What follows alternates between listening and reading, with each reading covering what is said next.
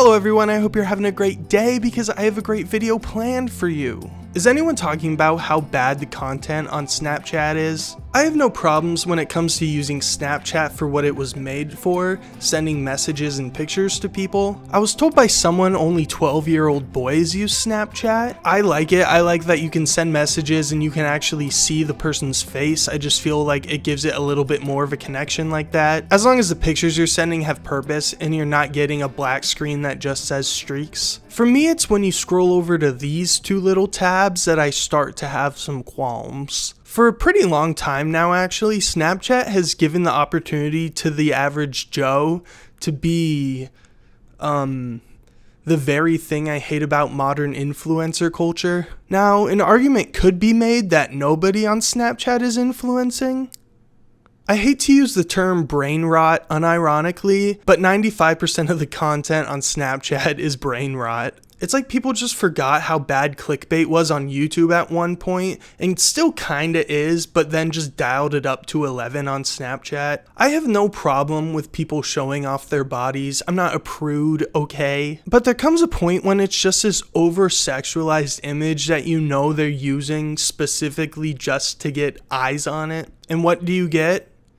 Nothing. Literally just endless selfies or people like answering questions, just no substance at all. It's like I'm watching a PowerPoint presentation, but there aren't even any page turn transitions to keep me entertained. You know you have the technology to record videos and add captions and substance to your content, right? But why do that when you can just be an attractive person and get views that way? I can only assume Snapchat is like any other app, and that's why there's so much pointless content added, just for the hopes of people clicking through the whole thing to see what that final picture is. And then there's people like Forgotten Viner Jerry Perpdrank who just post videos of people working that I think he's trying to make seem like he's doing the work, with captions like, "We got paid $1 million for this." Like, no, you didn't get paid anything because you didn't do it. And don't forget Axel Weber, who got famous for not getting into Juilliard, just literally posting 2 minutes of him reading. Riveting content. And that's just the individuals that post. There's also accounts like LOLZ, who just post the weirdest shit. Content is for entertainment and educational purposes only. Showing my dad my new piercings. So if you've ever had the misfortune to watch a Facebook video, you know that it's just these drawn out, elaborate setups that are obviously fake. That's sort of what this account on Snapchat goes for. So the setup is this woman is putting on these fake piercings. I guess technically the piercings are real, they're just not going in her nipples. They're just on these silicone things that she puts in her shirt. And the whole prank is that she's just trying to get her dad to look at her nipples. My nipples? Which is like, first of all, who cares if you have your nipples pierced? The whole premise is reliant on the fact that you should think it's weird for somebody to have their nipples pierced, when it's really like, who gives an F? Second, she's doing all these weird things like, "Oh, Dad, look at my shirt. What do you think of my shirt?" Do I look cold? Yeah, you look kind of cold. I got mom's lips. Yeah, you do.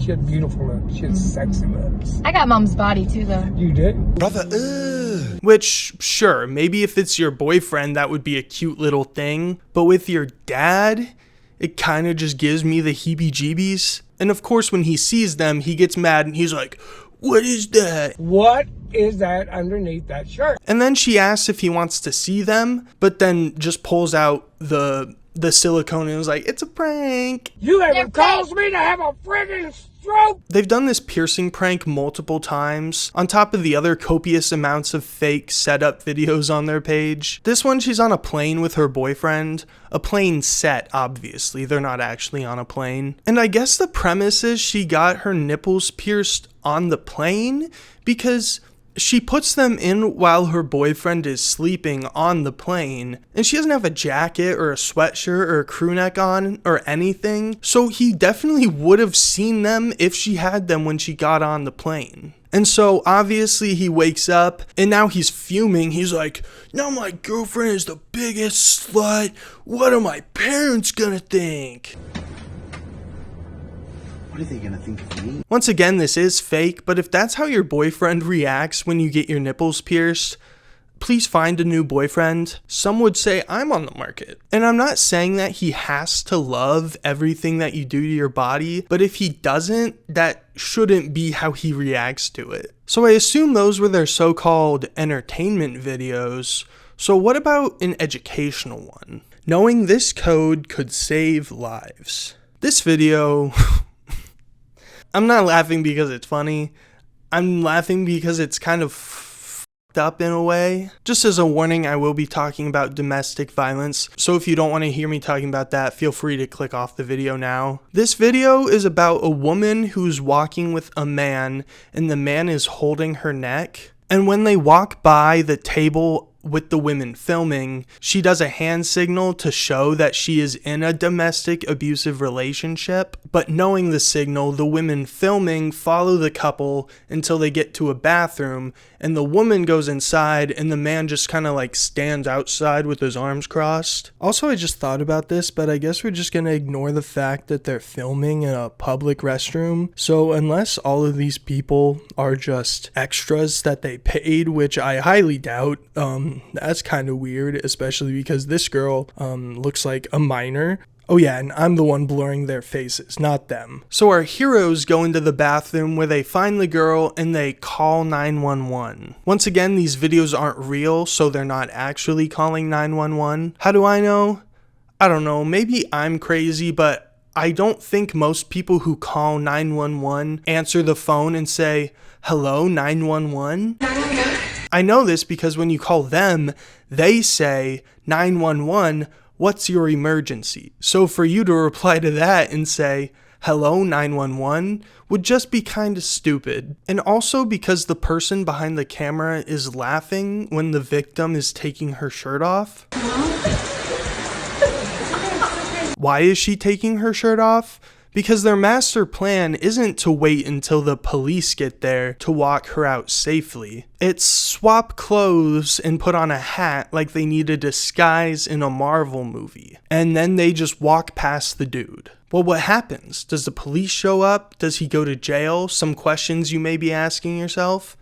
We don't know. Because they walk away and the video just ends. So I guess we'll never know. At a surface level, I can see how you can make a case for this is okay existing and why it's actually helpful. I mean, they even have a slide at the end that shows the hand signal. That is a real thing. So this has to be harmless, right? Let me tell you why I don't think so. First of all, there's just no need to fake a video like this. If you want to inform people of this hand signal, that's great, but then just make a video explaining it and how to use it. Instead, they just have to do it in this weird Facebook comedy video style where they just draw it out for as long as possible. Also, don't post it on an account called LOLZ. I don't think I have to explain why that's a little inappropriate. I can just tell you because the video that plays immediately after the domestic violence one is a man making a banana split on a sleeping woman's arm. I wasn't even sure I was going to bring the domestic abuse video up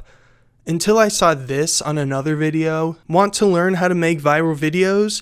Visit www.goviralish.com. And if you know anything about the internet, you know this is just going to be them trying to sell a course to explain the secrets to making their shitty Facebook style videos. And yeah, that's what it is. Where a woman explicitly tells you, why are we doing this? Not for likes, not for attention, but for money. These creators aren't doing this content for likes or attention. They're doing it for this.